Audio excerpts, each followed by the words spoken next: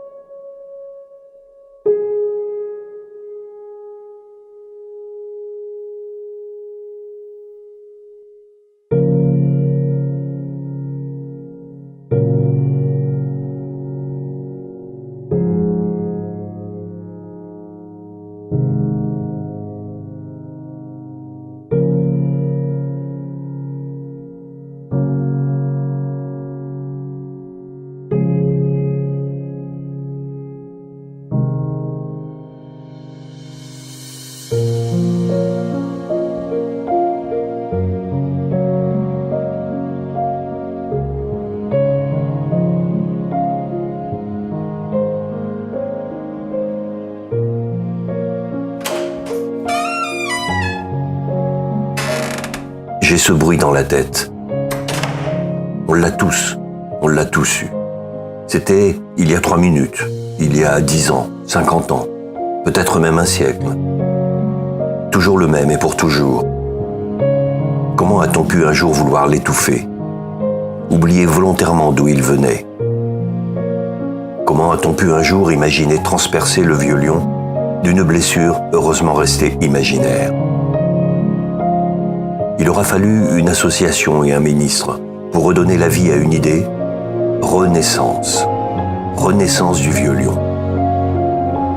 L'idée, reconstruire, restaurer, réhabiliter. Respecter l'homogénéité du bâti, sans bredouiller le passé. Profiter des évolutions techniques de conservation et de restauration, sans brimer paresseusement.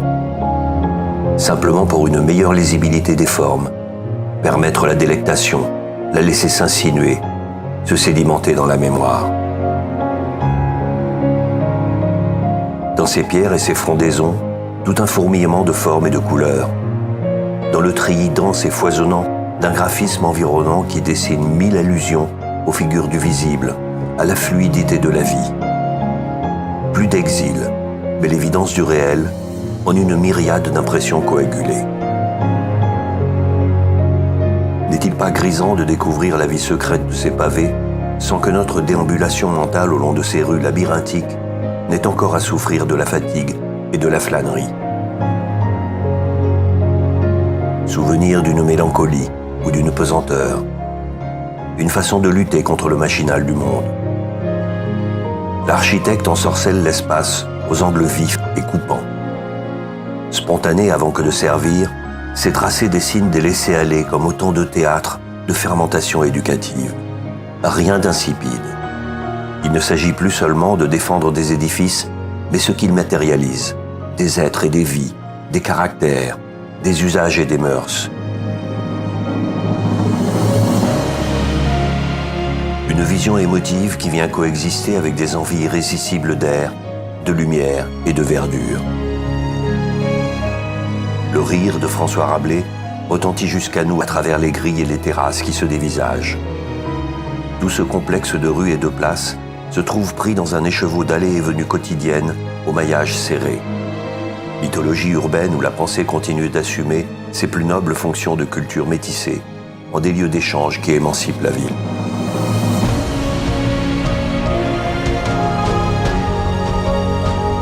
Vivre ici. Savourer la vision d'un vieux lion encore ensommeillé, tout encapuchonné des brumes du matin, et rougeoyant à tous ces trous perforés au coin des rues, comme ces brioches piquetées de pralines qui illuminent une vitrine. pister les indices à peine perceptibles de la saison élue, éprouver le sentiment de la mollesse de l'air. Des halos de lumière, pulvérisés dans l'eau, exaltent les formes au lieu de les dissoudre, n'intimant rien d'autre qu'un ordre de marcher au rythme d'une promesse tenue, mais à tenir encore, celle de continuer à sauvegarder le vieux lion.